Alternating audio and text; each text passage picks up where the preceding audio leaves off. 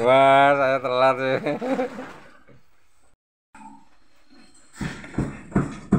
Apa nih YouTube ini?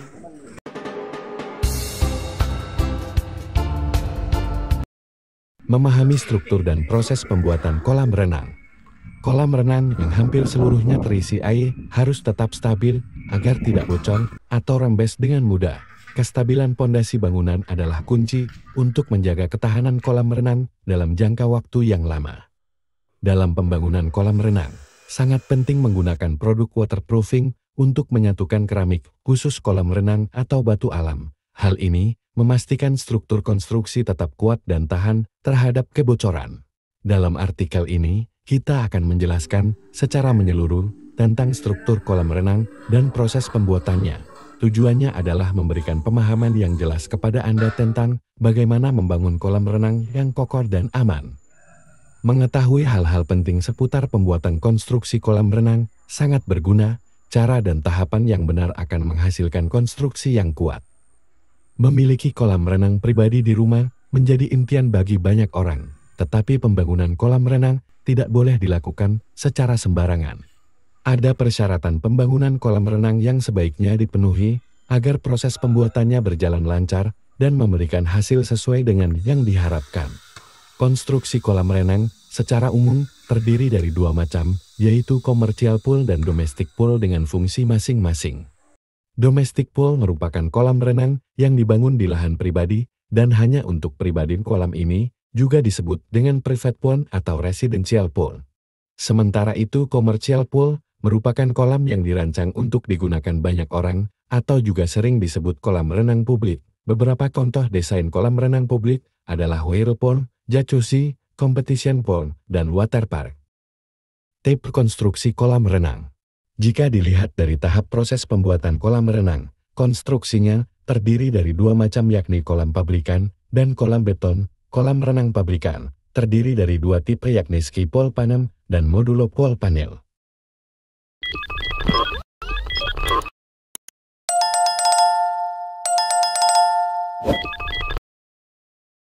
Kolam beton adalah jenis kolam yang proses pembuatannya dilakukan secara manual di lahan yang akan dibuat kolam, mulai dari proses pembuatan dinding, pemipaan, konstruksi kolam renang, lantai hingga finishing.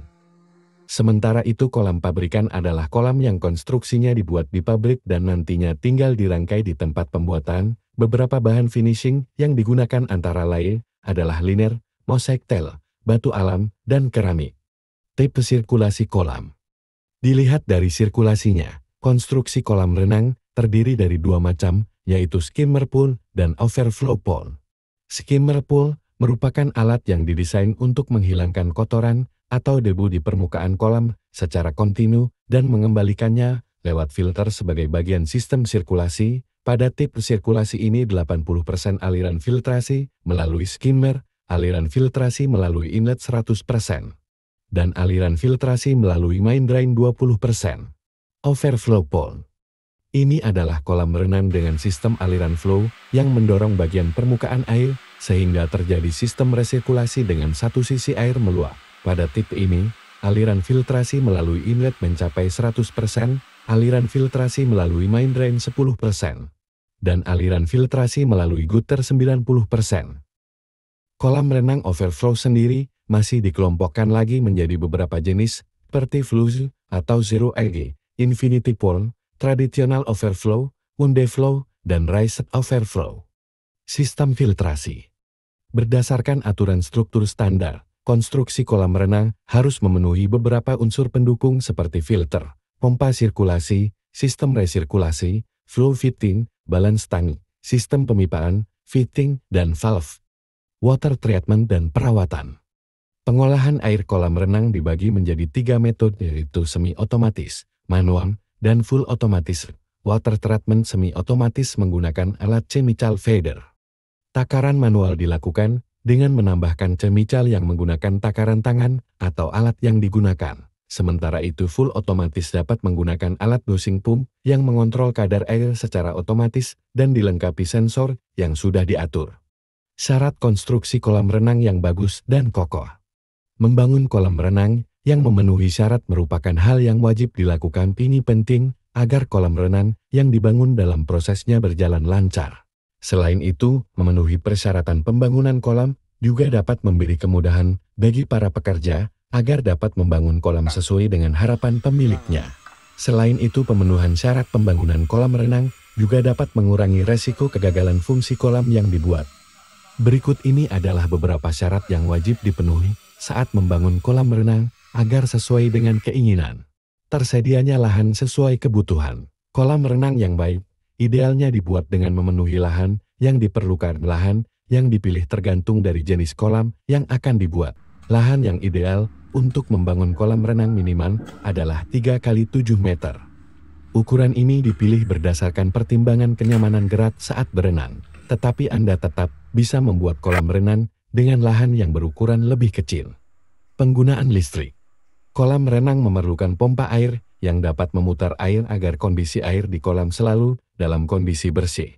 Listrik digunakan untuk membuat pompa air agar selalu bekerja memutar air. Daya yang diperlukan untuk pompa tersebut minimal 500 watt. Listrik tersebut juga digunakan untuk penerangan seperti lampu underwater dan aksesoris kolam lainnya yang memerlukan listrik. Jadi siapkan listrik dengan daya minimal 800 watt untuk kolam renang. Pasokan air. Air untuk kolam renang dapat berasal dari air PN, air tanah, atau air gunung. Air tersebut sebenarnya tidak perlu diganti, jadi pastikan pasokan air untuk kolam selalu terjaga kadar pH, kadar klorin, dan kebersihannya. Pondasi tapak kolam renang. Kekuatan konstruksi kolam renang sangat tergantung dari pondasi tapak kolam. Ini merupakan bagian konstruksi penting dan wajib untuk pembangunan kolam renang. Pondasi yang kuat mampu menampung beban hingga ratusan ton. Contohnya, untuk kolam renang berukuran 3 x 10 meter dengan kedalaman 1,5 meter, kubikasinya adalah 45 meter kubik atau sekitar 5.000 liter air. Jika dikonversikan ke kilogram yaitu sekitar 43 ton, tentu saja itu hanya berat air kolam, tidak termasuk berat besi, beton, dan keramik. Jadi memahami pondasi tapak kolam renang menjadi hal yang penting diketahui sebelum proses pembangunan kolam renang. Ada beberapa hal penting yang perlu diperhatikan untuk menentukan spesifikasi pondasi tapak kolam yaitu sebagai berikut. Pembesian pondasi tapak. Pondasi tapak perlu pembesian untuk proses pengerjaannya. Pembesian pondasi tapak kolam menjadi salah satu faktor kekuatan beton saat proses pembangunan kolam sudah sampai ke tahap pembesian pondasi tapak. Perhitungkan secara detail dan teliti. Alangkah baiknya jika Anda menghitung lagi berat kolam renang tersebut untuk menentukan jenis besi yang akan digunakan. Fokus utama proses pembesian adalah pemilihan ketebalan besi yang akan digunakan. Besi memiliki ketebalan yang cukup beragam. Besi untuk kolam renang biasanya adalah besi dengan diameter 8 mm 19 mm. Walaupun demikian, semakin tebal besi yang digunakan, bukan berarti kekuatan hasilnya bagus. Penggunaan besi yang terlalu tebal dapat menambah beban untuk kolam itu. Nantinya, penggunaan besi yang berlebihan bahkan dapat meningkatkan resiko kerusakan. Jadi pilihlah besi sesuai dengan berat total kolam tersebut. Contohnya untuk kolam pribadi dengan kubikasi air 65 meter persegi sebaiknya gunakan besi polos dengan diameter 12-13 mm. Sementara itu, untuk kolam dengan kubikasi air di atas 65 meter kubik, gunakan besi ulir dengan diameter 13-16 mm. Material beton untuk pondasi tapak. Beton tidak hanya digunakan untuk pembesian, tetapi juga berperan penting untuk mendukung pondasi tapak kolam yang kuat. Kekuatan beton dapat ditentukan berdasarkan campuran persentase material. Beton biasanya memiliki klasifikasi berupa kode yang menjadi penentu kualitas atau perbandingan bahan yang digunakan. Beton konstruksi kolam renang yang direkomendasikan adalah K300 atau K250. Beton tersebut memiliki sifat tahan terhadap keretakan dan korosi jika akses jalan yang menuju lokasi proyek memungkinkan. Lebih baik gunakan beton ready mix K300 bagi K250. Membeli beton ready mix jauh lebih efisien daripada mengerjakannya secara manual. Ukuran pondasi. Selain beberapa hal di atas, ukuran tapak pondasi kolam juga sebaiknya mengacu total berat yang akan diterima oleh pondasi. Pada kolam renang pribadi, biasanya pondasi tapak berukuran 60 x 60 cm dengan ketebalan 20 cm. Tetapi jika pondasi tersebut akan digunakan untuk jenis kolam renang olimpik atau kolam renang umum dengan beban berat hingga ribuan ton, ukuran pondasi yang digunakan sebaiknya sekitar 1 kali 1 meter dengan ketebakan 0,35 meter. Jumlah pondasi tapak. Pondasi tapak kolam berperan layaknya tumpuan atau kaki untuk konstruksi kolam renang. Makin tepat jumlah pondasi tapak, pembagian berat yang diterima oleh pondasi tapak-tapak juga akan lebih efektif. Untuk menentukan jumlah pondasi yang digunakan, Anda sebaiknya menghitung luas kolam renang yang akan dibuat. Biasanya jarak antar tapak adalah 2,5 untuk kolam renang pribadi. Tetapi jarak tersebut bisa saja lebih dekat atau lebih jauh tergantung dari kekerasan tanah yang menjadi pijakan pondasi tapak dan bentuk kolam yang akan dibuat. Tahap konstruksi kolam renang. Pembuatan kolam dimulai dari proses pengukuran dan penentuan area yang akan dibangun. Jika kolam yang dibangun adalah tip-in ground, maka perlu dilakukan penggalian tanah. Kemudian tahap terdekatnya adalah instalasi pemipaan kolam renang. Jika proses pemasangan pipa sudah selesai dan galian siap diproses, proses selanjutnya adalah pemasangan batu bata untuk dinding kolam dan konstruksi lantai dasar. Lantai dasar ini digunakan untuk memudahkan pengerjaan tahap berikutnya, sedangkan dinding batu bata berperan untuk menahan cetakan cor beton ketika proses pembetonan semen. Setelah proses pembuatan dinding dan lantai kolam selesai, proses berikutnya adalah proses pembesian. Dalam tahap ini, rangka besi yang akan digunakan untuk mendukung konstruksi kolam melalui proses perakitan dan akan ditimbun dalam cor-coran, kemudian dilakukan proses bekisting. Bekisting merupakan proses memanfaatkan kayu untuk media cetak cor beton.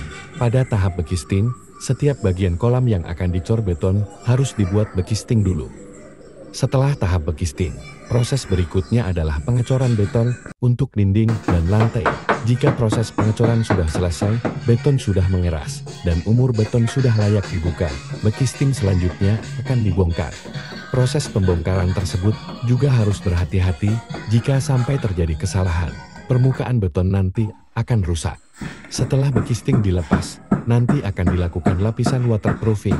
Pengendapan air kemudian dilakukan di setiap sisi, termasuk di sudut kolam. Ini penting agar nanti saat diisi air, lapisan ini dapat mencegah air merembes lewat pori-pori beton. Jika tahap pelapisan sudah selesai, kemudian dilakukan proses instalasi pemipaan lanjutan serta pemasangan komponen kelistrikan. Tahap yang terakhir untuk konstruksi kolam renang adalah finishing untuk menutup permukaan kolam. Jika semua tahap konstruksi selesai, proses berikutnya adalah pembersihan sisa-sisa elemen air dan pengisian air kolam. Sebelum kolam siap digunakan, kolam tersebut juga akan mendapatkan proses treatment awan. Berbagai tahap perawatan awal juga diperlukan seperti pengujian keseimbangan pH, uji alkalinitas air, dan pengecekan kandungan kimia kolam.